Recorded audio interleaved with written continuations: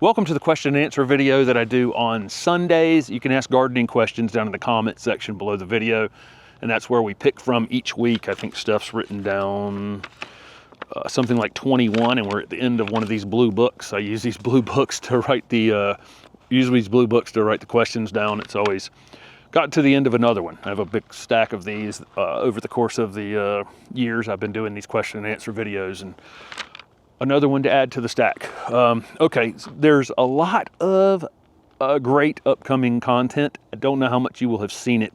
I'm filming this Q&A about a week and a half before it's going to go up. So this will be the last Sunday Q&A before the sale is over for the weekly garden planner. So the weekly garden planner is $50 off during the month. The code is on the screen here.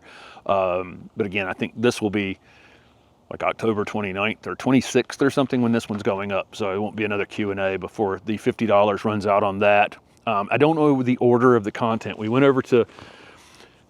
filmed some stuff with Aaron, the Impatient Gardener. Those videos are up at this point as I'm already filming this.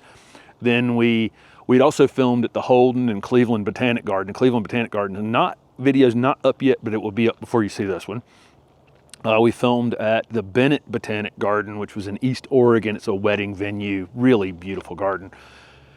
Then we came over here to Oregon and we filmed at Buckholtz with Matt and Tim from Mr. Maple. They bought Buckholtz Nursery a couple years ago and shot several videos there. I don't know, some of that content you will probably have seen at this point. And now I'm at Isley. We're at Isley Nursery and we've shot like 5 videos here. We shot several with Roby. One on narrow conifers and one on some interesting plants that they grow that aren't conifers or Japanese maples, a tour video. This 5-acre garden here at Isley is unbelievable. And you can see, no matter where I put the camera here, it's going to be a good background for the videos. But there's upcoming content around this garden. I don't know what will have gone up before you see this, but a lot of fun visiting Roby here at Isley and Matt and Tim over there at Buckholtz. And we have a tree nursery we're going to after this, so before we leave this area of Oregon. Okay, let's jump into some questions. Again, so these questions are kind of out of order. When I'm shooting them a week and a half and before, then the question that you asked last Sunday, you will not be seeing the answer to today. It'll be in next week's, okay? We had some extra questions, and I've been trying to shoot these ahead of time where I have some sort of background that makes sense for gardening and not just some random place we pulled a van over. Okay, let's see. How far can you push a zone by providing protection? This person's in Alabama, zone 8B, 9A. Well, if we use like a frost protection blanket, I think those add probably about a half a zone to it. So if you were going to throw some sort of cover over the top of it, of course you can put, if you have natural gas heat or something, or some place where warm air, is, coming out of the side of your house somewhere, like a dryer vent, some little pocket next to the house, maybe a western exposure that collects a little more heat during the day. You might be able to get a half a zone just by placing the plant in a position like that, out of the wind. But then if you were going to cover it, the larger the space of something. So if you take a small little plastic house or something and put, over top of a plant, you're probably still only going to get about a half a zone. It's just not going to have a lot of volume of heat to retain during the night. So it's going to lose its heat really quickly. The larger the greenhouse, the larger the thing you build for it, the more ability that thing's going to have to retain heat through the night. So my large propagation greenhouse that I had at the nursery, I was probably getting a full zone just from having that large of a greenhouse. And then, it was like 100 by 35 or something. And then feet.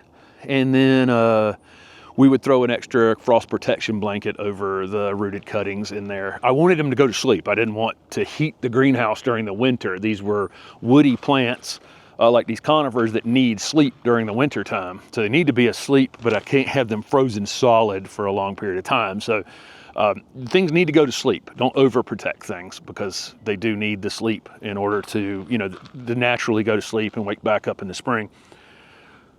So the point being is the larger the structure, the more protection you can get from it, but you can do little things like a frost protection blanket, maybe get you a half a zone, 5 degrees during the night. Placing the plant in a proper position might give you a half a zone, you know, something like that.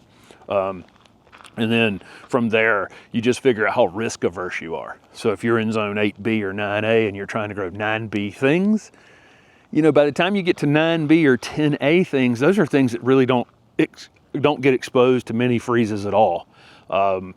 So you got to be careful, especially that transition, because you're right on the edge of tropical. You know, when you're talking about pushing zones, those things, some things considered tropical, may not ever like to freeze. Okay, what actually happens when you plant a tree in a zone colder than it's hardy? What does it do? So I've talked about the other direction. You know, if you're pushing things into warmer zones, like I take a conifer like this that's only hardy into zone 7 and I throw it in zone 8. Well, several things may happen. It may not get the chill hours it needs to stay asleep long enough during the winter to actually come out with a lot of vigor in the spring. So that'd be something like peonies for us in Raleigh. Sometimes they get enough sleep and they come up very vigorous the next year, and some years they don't and they just linger. The peonies that are in this garden here at Isley are gigantic. They have fall color. That's in a video coming up. Maybe it's already been up at this point as you're watching this, but you can see by the amount of sleep that it's getting during the winter time, you know, that creates some vigor in the plant. So there's a reason not to zone push to the south. And then the reason not to zone push to the north, like, you know, you're putting a plant that's only hardy in zone 7 to 9 into zone 6 is literally the cold will just kill it. I mean, that's what happens when you zone push to the north.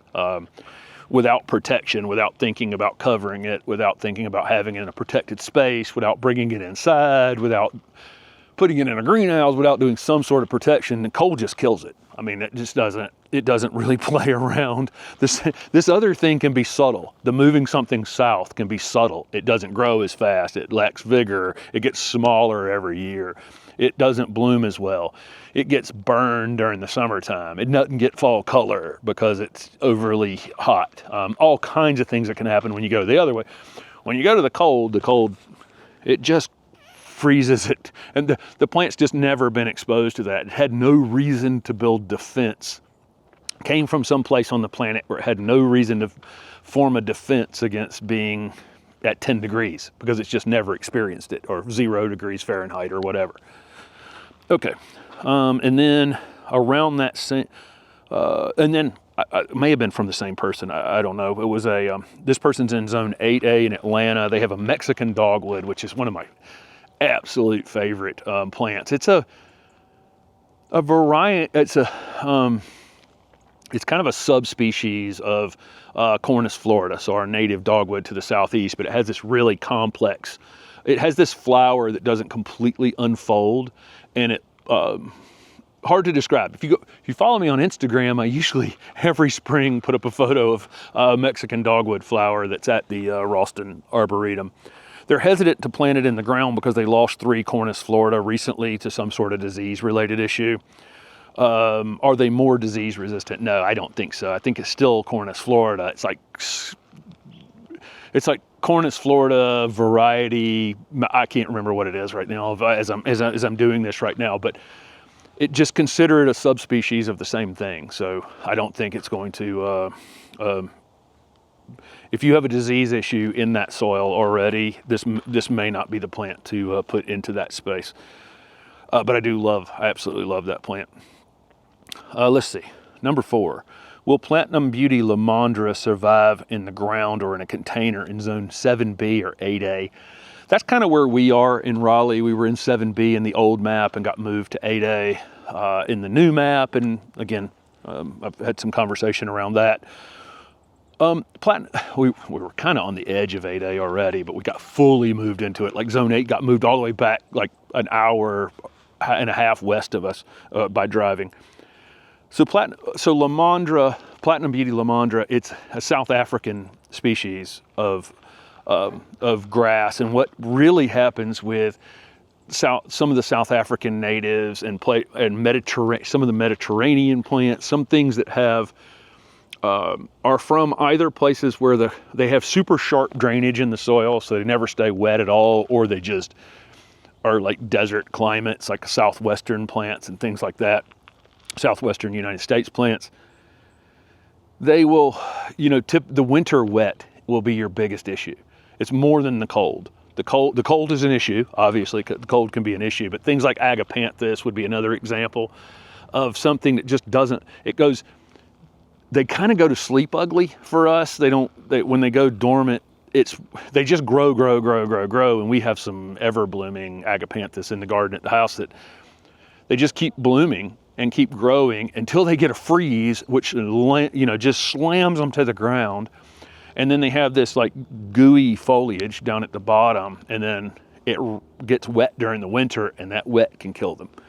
And that Lomandra would be a similar thing. So the answer to your question is, we kept a Lomandra in a container for 2 years out on our front porch. So it was protected. Okay, it gets our front porch gets full morning sun. And then, to warm it up in the morning, probably thaw it out. And it survived 2 winters, and then we finally got a winter that killed it. But I had it under the cover of the roof so that I was in control of the water. You definitely wouldn't want it in a container out in the garden where the rain or snow or something like that is on it, because that'll keep it too wet. So you need to control the moisture, moist but never wet. And it probably needs to be at least a half a zone protected, like from that first question that I answered, we're tucked up against the house or something like that. We got 2 winters out of ours before a cold enough period killed it. Somebody asked, is the heat zone map going to be updated? It says current to 1995 or something like that. Wouldn't it be worthy of being on tags? So there's a couple heat zone maps. The Sunset heat zone map was mostly for the western part of the country, and it was divided into like 24 different heat zones or something like that for, the thing in California, even here in Oregon. Steph and I camped at a campsite last night. It was 33 degrees when we woke up, and we drove, 10 miles, and it was 45 degrees. It's like, this is how it can be in the West, where you just don't have to go any distance at all before the weather, it can be just completely different. In California, especially, you can go into the foothills someplace and 10 degrees, 10 degree difference in temperature just like that. It's incredible what the difference can be just in a few miles. So those heat zone, the Sunset heat zone map, or whatever climate zone, or I can't remember what that one was originally called, but it's divided into 24. But then the American Horticultural Society has the heat zone map, which I think is divided into like 12 zones. I don't know if they're working on updating it or not. I think this question says 95, but I think on the map it says 97, if I'm not, it doesn't matter. But I don't know if it's actually being updated or not with new information on high temperatures. So basically, where the USDA horticultural zone map is related to your average low temperature, will it die if it gets down to 15 degrees or 10 degrees or 5 degrees or 0 degrees or whatever. This is how much actual daytime temperatures can a plant take. So the opposite version, where this was some of the questions I would ask on some of these conifers, which are incredibly cold tolerant, like to zone 3 or 4 or whatever, on the USDA horticulture zone map, then what high temperatures can they take, or sustained high temperatures can they take? So that's the heat zone map. I don't know if anybody's actually working on it. Yes, it would be helpful to not only put yourself into, I'm in zone 7 for my low temperature, but I'm also in zone 6 for my high temperature, or whatever equivalent zone you would be in on the heat zone map. It would be helpful, and then the tags would say, here's the range for the heat zone, here's the range for the low zone. It would definitely help. You'd have to teach a lot of gardeners and a lot of homeowners and new folks what those tags actually meant at that point. So I think for the most part, the way most people buy plants is it's on the table, so it must be good for my area. If it's in a box store, garden center, they're mail ordering it or whatever, and it pops up on the screen, this plant will work in your area, because they they used a cookie on your web browser to know where you were and monitor kind of where you are. So it would be helpful for sure to have both the heat zone and the horticultural cold zone basically on a tag. Will that ever happen? I doubt it. It's because a lot of work. There'll be a lot of work involved in that. Let's see. This person is in zone 6. They want to overwinter a butterfly bush in a pot. Planted in their clay and it died last year. Is it the best idea to put the pot under the porch? Protected outside or unheated sunroom? See, I don't think you find a solution in one of those things. If you want to leave it in a container through the winter, which is totally fine, I think you can put it under the porch once it's dormant, but you may need to move it in your sunroom if it's going to stay frozen for a couple of days. You're in zone 6, so almost certainly you're going to spend some time where that pot stays frozen through the whole winter.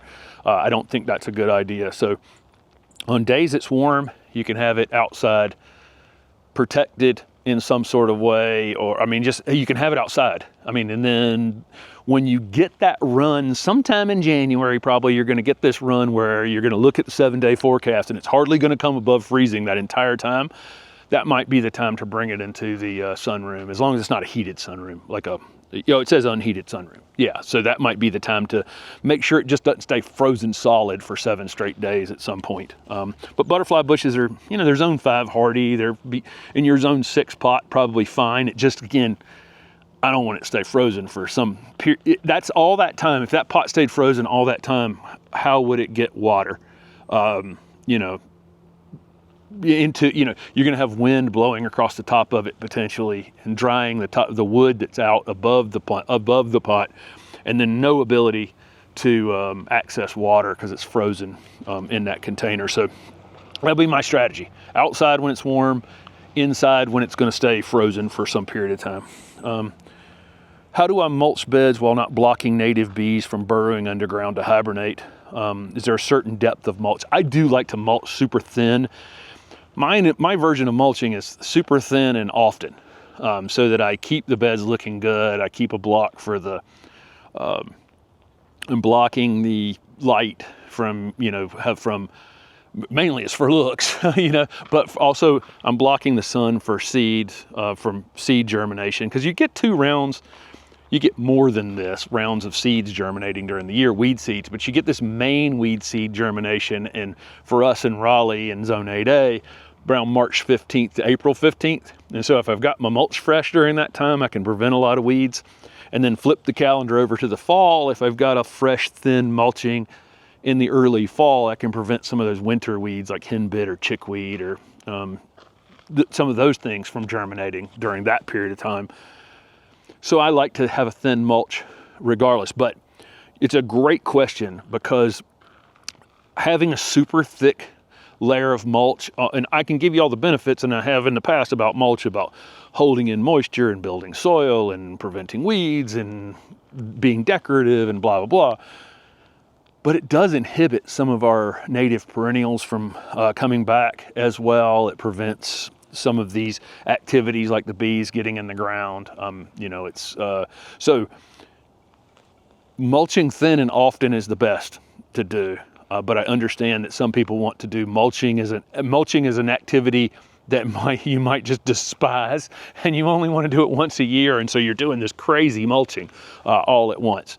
But if you could, I would recommend, just thinking through some of the negative consequences of over mulching potentially at one time. Could prevent things from getting in and out of the soil that need to get in and out of the soil. Prevent some of your perennials, making your perennials just have to fight much harder to come through it and that kind of thing. Let's see. I got that one. This person asked about propagating Asiatic jasmine. Is it easy to propagate? Yes, definitely. You can probably just take Asiatic jasmine and lay some soil over it as it spreads. It's a ground cover jasmine. You can just lay some mulch over it. You can divide it. You can literally take a shovel probably and just chop it into pieces in the ground. You can lay some mulch over it and divide it from those pieces later. If you wanted to take cuttings on it, you could, and that would be typically probably done more when it's actively growing. I think by now, this time of year, It could definitely be rooted by any nursery in the country, but if you're doing it at your house with some sort of low-tech propagation method, it'd probably be best to be done when it's actively growing, in like May or June or July would be the easiest time to root propagate it. And I've got tons of videos on propagation on the channel if you want to learn how to propagate something like that. But I think with Asiatic jasmine, you'd probably be best to just divide what you've got already, let it grow a while, and then start dividing from that. Let's see. A new home, and they put 1 foot of clay dirt atop the grass to create a garden bed. Topped it with 5 inches of mulch, and now it's gray and smells bad. Anaerobic question mark. Can my plants survive? What to do? I think you're just gonna have to take a break for a minute. Yes, you've created kind of anaerobic conditions. If you bury organic material deep down in the soil, it doesn't have light, and it doesn't have what it needs to break down, so it just rots instead. So it could be that grass is rotting down below. It could be this topsoil clay dirt stuff you've got had a bunch of organic material in it. The 5 inches of mulch is probably, again, back to that question about mulching or over mulching. I'll put down the wood chips super deep when I start a project because they can breathe. It's just chunky wood, and the air, oxygen, everything can move through that stuff pretty well. Water goes through it pretty well. But when I get to my decorative mulches, I'm not going to put it 5 inches deep probably. So yes, and I got another, the very next question is about a similar thing. Adding horizons to your soil. So when you dig down in the soil, you know, you might see if your soil's been there if you've been gardening for a while, you might see this humus layer, this kind of dark organic layer, and then maybe a transition down to clay or sand or loam or whatever type of top soil you have in your area. And then you're going to get down to different soils as you go. Each of those layers is like a horizon. Consider it like a horizon, right?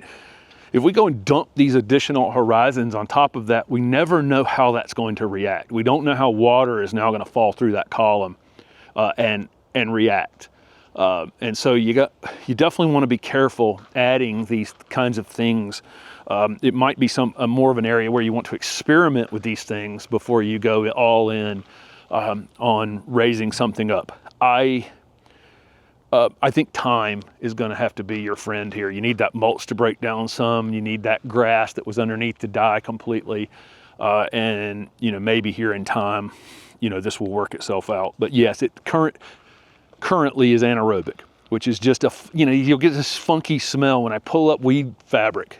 People put down weed block fabric, and then you go back and pull it up 5 years later, and it just stinks underneath it. It's just anaerobic. That material that's supposed to allow water and light and all this, all the stuff they'll tell you on the package, all gets plugged up in the future, and it just holds this weird wet layer underneath it, and it's really, really funky. But that's what that is.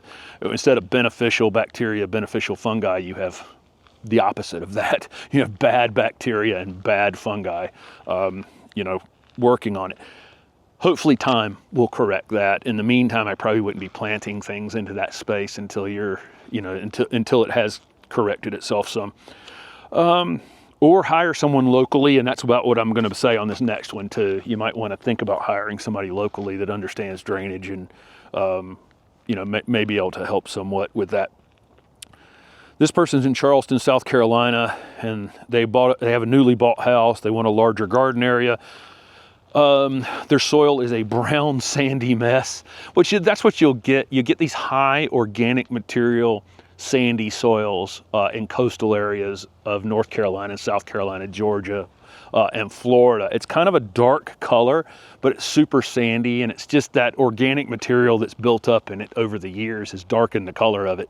The leaves dropping off the live oaks and whatever else has been there over the years. So it actually has a pretty high organic material layer there. It's usually missing though that humus layer on top a little bit. Especially if it's new construction, it's probably been just completely cleaned off of any of that, the chunkier materials that should be there on the top, protecting that soil. Can they add 6 inches to 1 foot of fill? They're just starting. They don't have any drainage problems right now. What formula of soil, sand, and compost is best? They love compost, but it degrades over time. Also want to raise the landscape because of coastal flooding. So this is an area where you're going to want to call a landscaper in the area and see, you know, what materials are available and whether or not I want to prevent you from doing, you know, jumping in and doing the other question we got about, you know, having already done it and seeing negative consequences from it. So you probably potentially won't have the same issue because you're dealing with sand. You're dealing with something that will probably drain a little easier. But, you know, somebody down there, a landscape contractor down there might tell you that, you know, they have a better way to do that or a better material to do that with. So I don't want to answer that question because you're also talking about changing the topography of the space a bit to prevent some flooding and that kind of thing.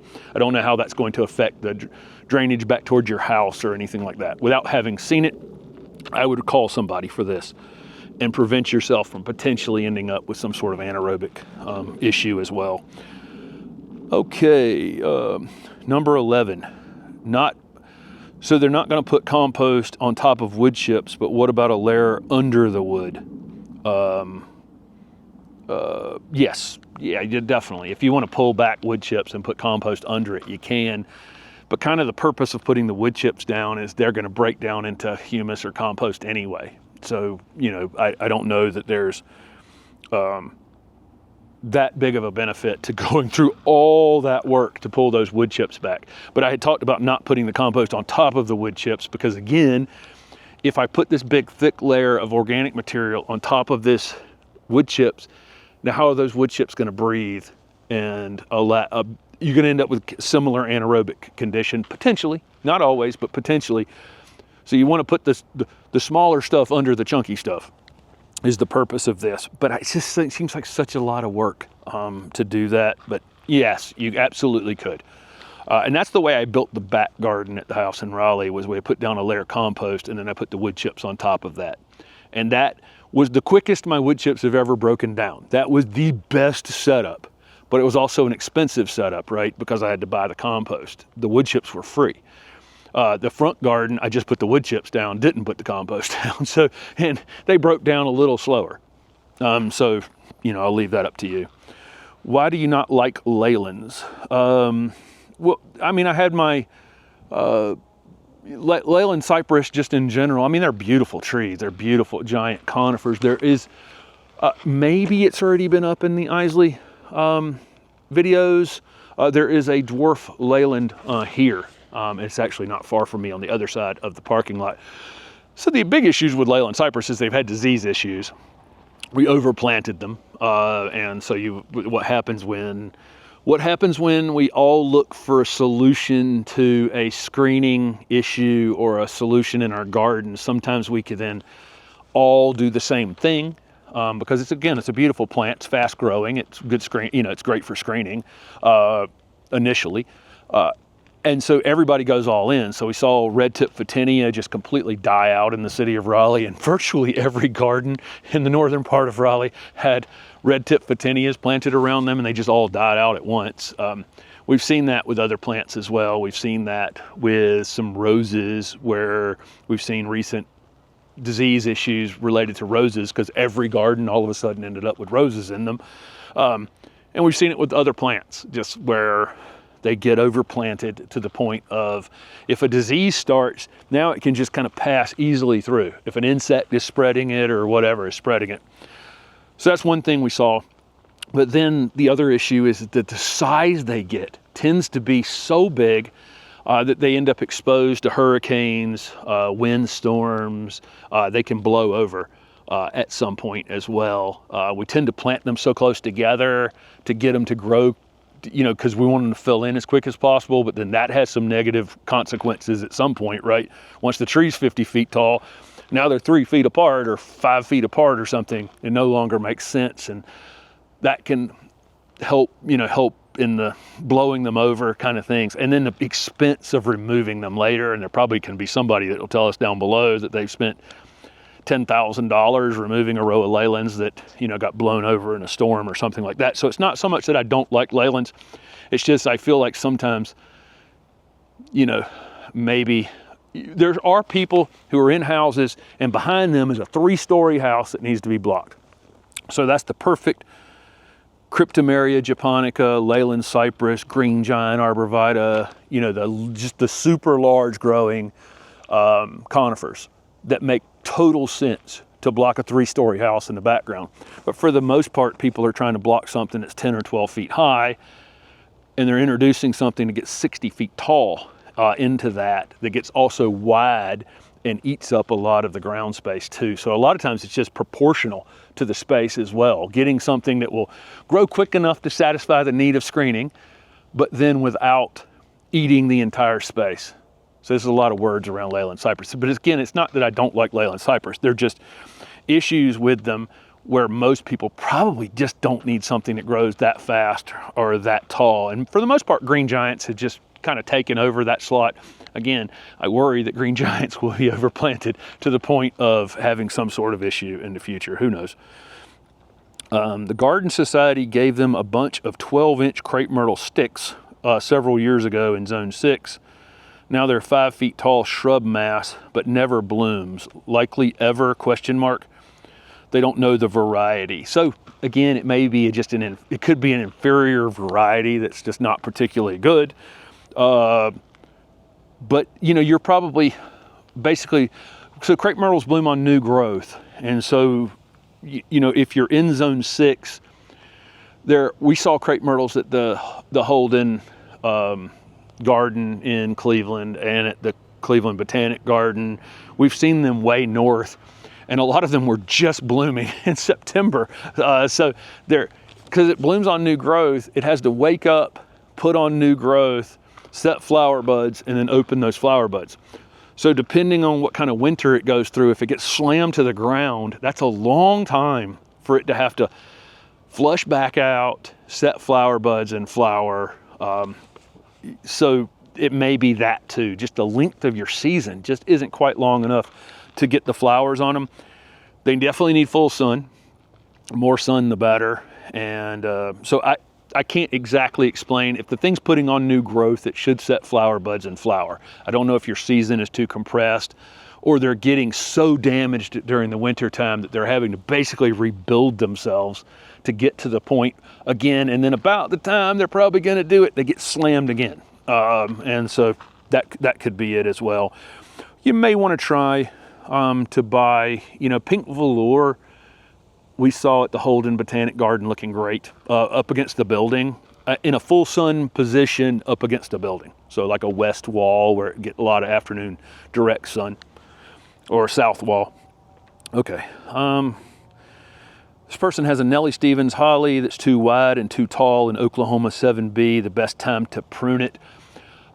Probably because you're in Oklahoma and you get a lot of that wind during the winter time. I'd probably wait till spring and cut it. Keep in mind, I don't know if you care about this thing getting berries or not, but a lot of these fruiting hollies, there's just not a great time to prune them because they bloom in the spring. The pollinators, you know, come to them, and then those berries form over the course of the whole summer, and then they turn red this time of year, and then they stay on through basically the whole winter, and then they bloom again. And then, like, there's not a great time to prune them and still have them flower and berry in the same season. So if you need to do hard pruning on them, hard reset pruning on them, I'd do it toward the end of winter in Oklahoma. Let's see. And you're going to sacrifice berries for a year, for sure. This person has hostas in containers, once dormant. How often do they need water? They're in Portugal. I don't know how cold you get in Portugal, but they need to stay moist. But again, try not to have them wet. I don't know. It's impossible to know how much or how often. Basically, if you have anything in a container, I want water to run through the container when I water it. So if I'm watering a house plant, if I'm watering hosta, I'm assuming you potentially have some fertilizer in there, and I want to flush some of that fertilizer out when I water. That way I know I thoroughly watered it. So water it well enough for the water to run out of the bottom of the holes, and then let it dry out to the point where it's, you know, almost dry to the touch, and then flush water through it again. Water heavy, and then get out of its way for a while. This person's in zone 7A with not enough shade for camellias, but they want them. What can I plant to help protect them from the sun? So you can use a ground cover around the base of them. Camellia sasanquas, especially, are more sun tolerant. And by the time you get to zone 7A, all camellias are going to be slightly more sun tolerant, you know, than they would be in zone 9.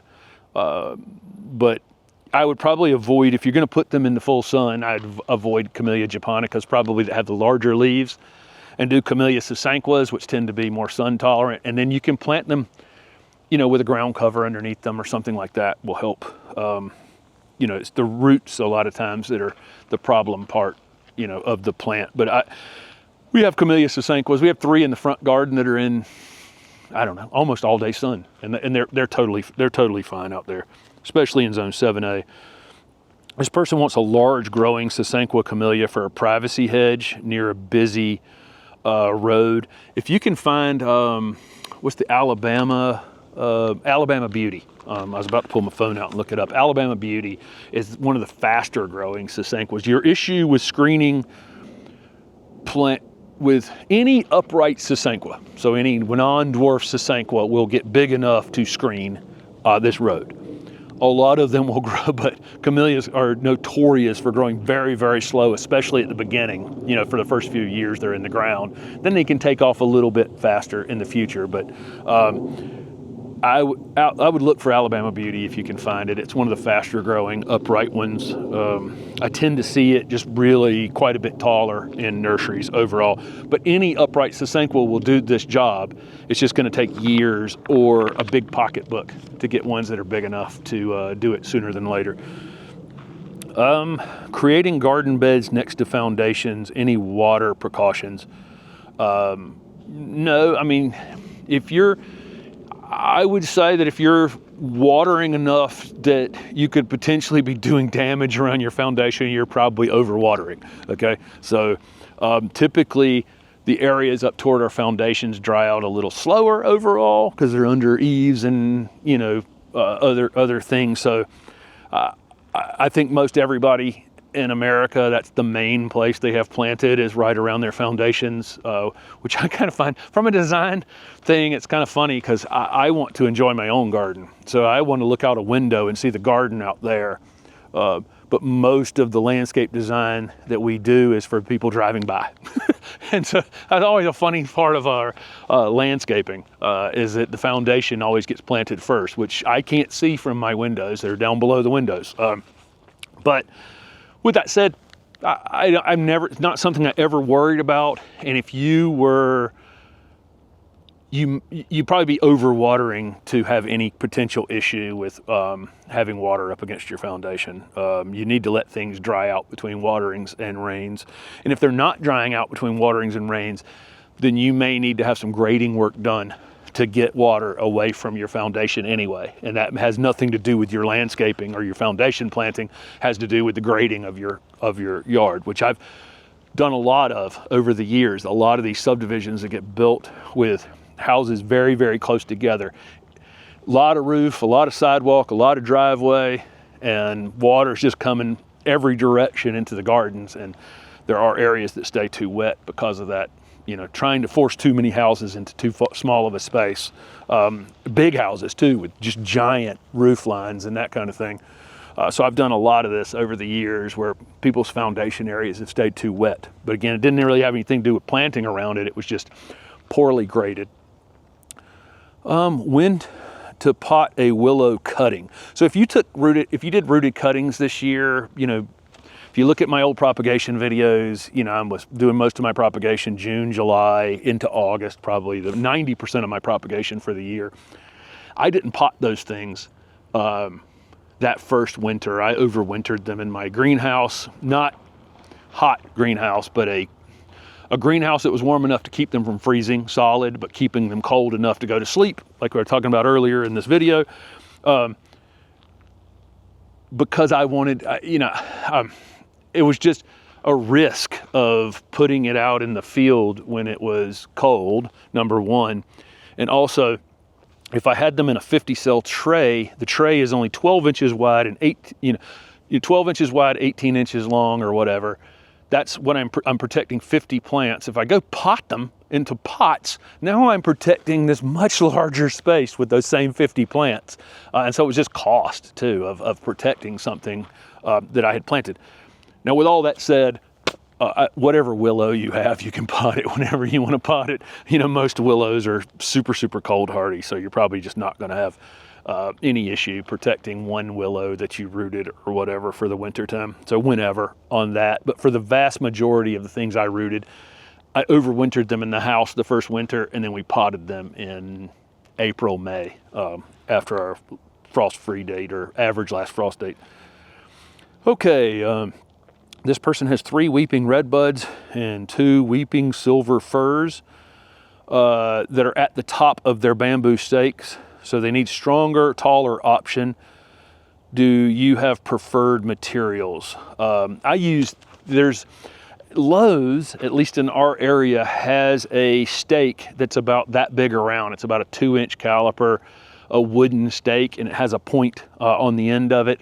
And I have our Amelanchier serviceberry in the front garden on a stake like that, and I have our weeping ruby falls on a permanent stake. It's about that big around, but it's in the lumber section at Lowe's. But it's a circular post that has a point, a real sharp point on the end. Maybe it was in the gardening section. I don't remember, but you can probably find it on their website. And it was, 6 feet tall or 8 feet long, and I found a place between roots, hammered that thing down in the ground, and it's lasted on that redbud 3 years now. It's still working great. And the serviceberry in the front garden at least 2 years. But that's been my preferred one. And then I use the stretch tie, the green stretch tie that you can buy at any garden center.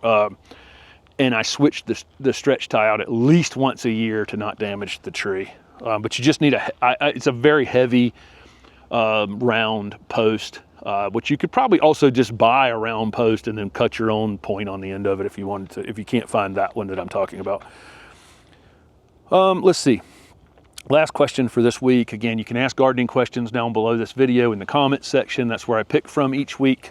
Thank you guys so much for following along with our travel videos. Really appreciate that. And this is the last week for the weekly garden planner discount for October. Okay. This person has a tree with 2 equal Y branches, and it creates weak angles. They don't want to split or take off one. Okay. They don't want it to split. So should they take off one and retain one? Yes, that's probably what I would do if you have a weird, I'm looking at a Japanese maple out here in front of me, and it's split down toward the bottom, but the angles are nice. They're like this. But if you get one that's like this, where their angle is really super close together, that's probably going to become a problematic angle in the future for 2 branches. So I would definitely take off one and then stake the other one potentially. Again, I don't mind the branching. Some Japanese maples are, the really tall upright ones like Bloodgood or something like that, which is super common. I think you probably want the branching kind of clean down low and then the tree up high. Then there are some upright ones that stay more like in the 6-foot range that you might want the split to happen much lower down toward the ground, so you can see the architecture of them in the future down toward the ground. That's up to you. But again, I want those angles to be like this, at least like this, and not like that, because that's just a place that's going to trap things in the future, and then they're going to interrupt one another as well. So yeah, I would get rid of one of them and stake the other one straight. Thank you guys so much for following along, and we'll have another Q&A next Sunday. Thanks for watching.